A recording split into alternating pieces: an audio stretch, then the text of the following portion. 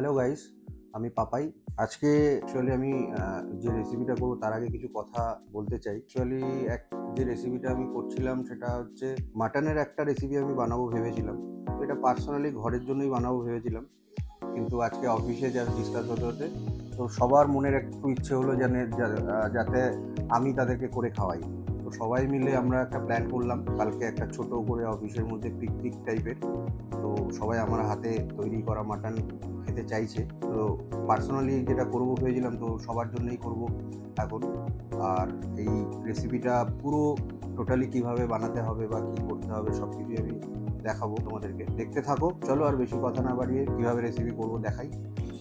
তো আমি 1.5 কেজি মতন মাটন নিয়েছি। মাটনের সাইজগুলো এরকম টাইপের।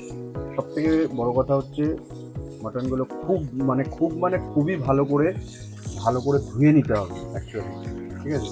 তো 1.5 কেজি মাটন দিয়ে আমি রেসিপিটা বানাবো। তো এরকম হচ্ছে এক একটা সাইজ আছে, ধরতে পারো এটা বিরিয়ানি কাটের মতনই অ্যাকচুয়ালি। তো আমি সেরকমভাবে কাটিং করিয়েছি। তো মাটন ধুয়ে ভালো করে এরকম একটা ঝুড়ির মধ্যে রেখে দেওয়াটা বেটার আমার মনে হয়, বিকজ এর মধ্যে জল যদি থেকে যায় ভালোভাবে তুমি রেসিপিটাকে করতে পারবে না। জলটা ঝরানোর জন্য 2 মিনিট আমি এটাকে রাখবো এটার মধ্যে। মাটন কোরমা করার জন্য আমি প্রথমে 400 গ্রাম মতন টক দই নিয়েছি। এটাকে একটা সুন্দর একটা উপকরণ বানিয়ে রাখবো মিক্স করে। তো এর মধ্যে আমি স্বাদ মতো লবণ অ্যাড করব। তারপর এর মধ্যে আমি অ্যাড করব লঙ্কার গুঁড়ো, কাশ্মীরি লঙ্কার গুঁড়ো। এর মধ্যে আমি অ্যাড করব দালচিনির গুঁড়ো, অল্প ইউজ করব এটা। এখানে আমি ইউজ করব জিরের গুঁড়ো। এখানে আমি দিয়ে দেবো হলুদের গুঁড়ো, আর দিয়ে দেবো আমি ধনিয়ার গুঁড়ো। তো এইগুলো দিয়ে আমি এটাকে একটা সুন্দর করে খুব ভালো করে ফাটিয়ে মিক্স করে দেবো, যাতে দইটা ফেটে না যায়। তার জন্য আমি এই উপকরণগুলোকে একসাথে মিক্স করে একটা সুন্দর একটা বানিয়ে নেব। মাটনটাকে আমি ভিনিগারে ভালো করে ভিজিয়ে রেখে দেবো মিনিট 10 মতন। এর সাথে আমি যেটা অ্যাড করব স্বাদ মতন লবণ, তোমরা তোমাদের মতন করে ইউজ করে নিও। দেন এটা আমি একটু হলুদের গুঁড়ো অ্যাড করব, দিয়ে এটাকে ভালো করে মিক্স করে 10 মিনিট মতন আমি এটাকে রেখে দেবো। 10 মিনিট ভিনিগারে ভিজিয়ে রেখেছিলাম মটনটা, সেটা হয়ে গেছে 10 মিনিট। তো এবার আমি এটা ওই মাটনটাকে প্রেশার কুকারে এটাকে মোটামুটি 2 কি 3টে আমাকে সিটি মারতেই হবে। তার মধ্যে আমি এগুলো ইউজ করব। এখানে আছে তেজপাতা, এখানে আছে স্টার কি বলে অ্যাকচুয়ালি আমি ঠিক নাম জানি না, সরি বন্ধুরা। এটা দালচিনি আছে, এটা লবঙ্গ আছে, ছোটো এলাচ, বড় এলাচ, হ্যাঁ এগুলো আছে আমার টোটাল। এর মধ্যে একটু জায়ফল আছে, ঠিক আছে? এগুলোকে আমি এর মধ্যে ব্যবহার করব। তো দিয়ে এটাকে আমি 3টে মতন সিটি মেরে নেবো অ্যাকচুয়ালি। দেখে নাও, 1.5 কেজি মাটনের জন্য আমি মোটামুটি 7 থেকে 8টা মিডিয়াম সাইজের পেঁয়াজ নিয়েছি। এটাকে ভালো করে স্লাইস করে কাটতে হবে অ্যাকচুয়ালি। পেঁয়াজগুলোকে আমি কুচি করে নিয়েছি, কিন্তু এই পেঁয়াজগুলোকে ভালো করে আমাকে স্লাইসগুলোকে আলাদা করে দিতে হবে। তো একটা কথা বলি, মাটন কোরমাতে কখনো আলু দেয় না কেউ, কিন্তু স্পেশালি আমাদের অফিস কলিগ যারা আছে তারা প্রত্যেকেই আলু খেতে ভালোবাসে। আর বাঙালি মানে বুঝতেই পারছো, আলু ছাড়া কারোরই চলে না অ্যাকচুয়ালি। আমি নিজেও খুব ভালোবাসি আলু খেতে, তো আমাকে অপশান নেই, তারপরেও মাটন কোরমার মধ্যে আলু ইউজ করতে হচ্ছে। তো জানি না অ্যাকচুয়ালি কেমন হবে। আলু ছাড়া হয়তো যে রকমের টেস্ট হতো আলু দেওয়ার পরে সেই টেস্টটা হবে কিনা আমি জানি না, বাট সবার রিকোয়েস্ট রাখার জন্য আমাকে এটা করতে হলো। তো তেল আমার গরম হয়ে গেছে, পুরো তেল থেকে ধোয়া ছেড়ে দিয়েছে। আমি আলুগুলো ভেজে নেব। এটা হচ্ছে টমেটোর পেস্ট। 4টে থেকে 5টা বড় বড় সাইজের টমেটো আমি নিয়েছিলাম, এটাকে পেস্ট বানিয়ে নিয়েছি। আর এটা যেটা দেখছো তোমরা, এটার মধ্যে কাজু বাদাম আছে। আলাদা আলাদা করে দেখাতে পারতাম, বাট সময়ের বড় অভাব আছে, তার জন্য আমি একসাথেই পেস্ট করে নিয়েছি। এর মধ্যে আছে কাজু বাদাম, আছে 6 থেকে 7টা কাঁচা লঙ্কা, 2টো রসুন, আর একটু আদা দিয়ে একসাথে পেস্ট তৈরি করা আছে। আর এটা তোমাদেরকে যেটা দেখিয়েছিলাম সেই জিনিসটা দেখো এখন কত সুন্দর হয়ে গেছে।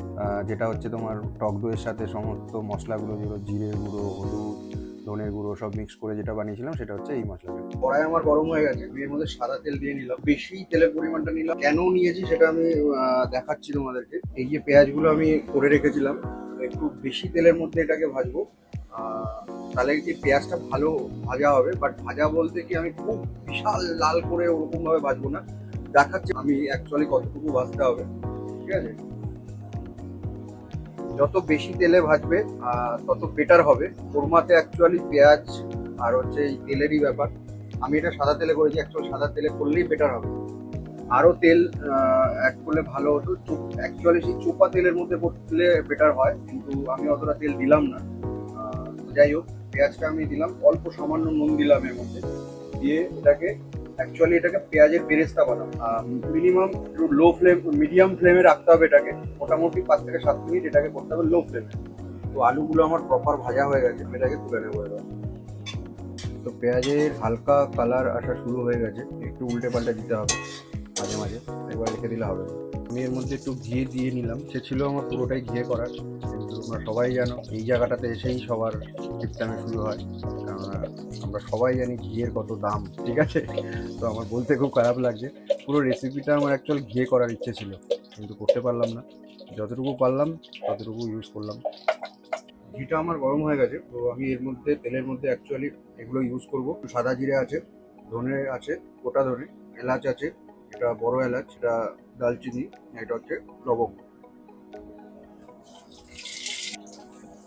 তো এটা আমার গরম পুরো হয়ে গেছে। এর মধ্যে আমি টমেটো পেস্টটাকে ছেড়ে দেবো, এর সাথে আমি অ্যাড করব মিক্স মশলাটা, পেস্ট করাটা এর সাথে আমি অ্যাড করব। আর অ্যাড করব আমি এটার মধ্যে ওই সেই মশলাটা যেটা করেছিলাম আমি। তো পুরো সব মশলাগুলোকে একসাথে আমি এবার মিক্স করে দেখবো। মোটামুটি যতক্ষণ না মশলাটা থেকে একটা কালার বা একটা তেল ছাড়ছে, ততক্ষণ পর্যন্ত আমি মশলাটাকে পাকাতে থাকবো। তো তোমরা দেখো পেঁয়াজের কালারটা যেরকম চাইছিলাম সেরকম চলে এসছে। খুব বেশি আমি লাল করবো না বলেছিলাম। এই অবস্থাতে আমি পেঁয়াজটাকে তেল থেকে যতটা পারবো ছেঁকে তুলবো। তো ওই পেঁয়াজটাকে আমি একটা টিস্যু পেপারের মধ্যে নেব, তেলটা যতটা পারবো সোক করিয়ে নেওয়ার জন্য। তো দেখো যতটুকু পেরেছি পেঁয়াজ থেকে তেলটাকে সোক করিয়ে নিয়েছি টিস্যু পেপারের মাধ্যমে। তো এর থেকে বেশি করা যাচ্ছে না, এটাকে আমি পেস্ট করে নেব। তো মশলা থেকে কি সুন্দর তেল ছেড়ে দিয়েছে, কি সুন্দর কালার এসছে। দেখো একটা তোমরা দেখেছো কত সুন্দর তেল ছেড়েছে মশলা থেকে, আর কত সুন্দর একটা কালার এসছে, দেখেছো। মাটনগুলো এবার আমি ছেড়ে দেবো এর মধ্যে এক এক করে। তো এই মশলাগুলোর সাথে মটন ভালো করে মিক্সড করে নেবো, করে মোটামুটি 10 মিনিট মতন রাখবো। ও ভুলে গেছিলাম, তো মাটন কর্মার মধ্যে যেটা কেউ ইউজ করে না, আমি যেটা ইউজ করেছিলাম, করবো বলেছিলাম, সেটা হচ্ছে এই আলুগুলোকে। তো আলুগুলোকেও আমি এর মধ্যে দিয়ে দেবো। তো পেঁয়াজের যে পেস্টটা আমি করেছিলাম শুধু, সেটা আমি এর মধ্যে অ্যাড করে দেবো। তো আমার মাটনটা কষানো হয়ে গেছে মশলার মধ্যে। তো এর মধ্যে দেখো কষানো হয়ে গেছে, মাটন থেকে তেলও ছেড়ে দিয়েছে সুন্দর একটা, আরও ভালো কালার একটা এসছে। তো এর মধ্যে আমি এই যেটা আমি মাটন সেদ্ধ করেছিলাম যে জলটা, ওটার থেকে প্রয়োজন এই জলটাই আমি ইউজ করবো, আলাদা করে কোনো জল ইউজ করবো না। তো দেখো আমার হয়ে গেছে মাটন। লাস্ট আমি এটাকে একবার নাড়িয়ে নেব। তো মাটন কোরমা আমার পুরো রেডি হয়ে গেছে। তো কেমন লাগলো পুরো রেসিপিটা তোমরা জানিও। আর তোমরা যত পজিটিভ বলবে বা আমার কোনো যদি ভুল হয়ে থাকে, এর থেকেও ভালো কিছু যদি পদ্ধতি থাকে অবশ্যই জানাবে কমেন্ট করে। বেশি বেশি করে শেয়ার করো, কারণ তোমাদের সব শেয়ার করা কমেন্টের উপরেই আমার ভিডিও বানার এনার্জিটা থাকবে সবসময়ের জন্য।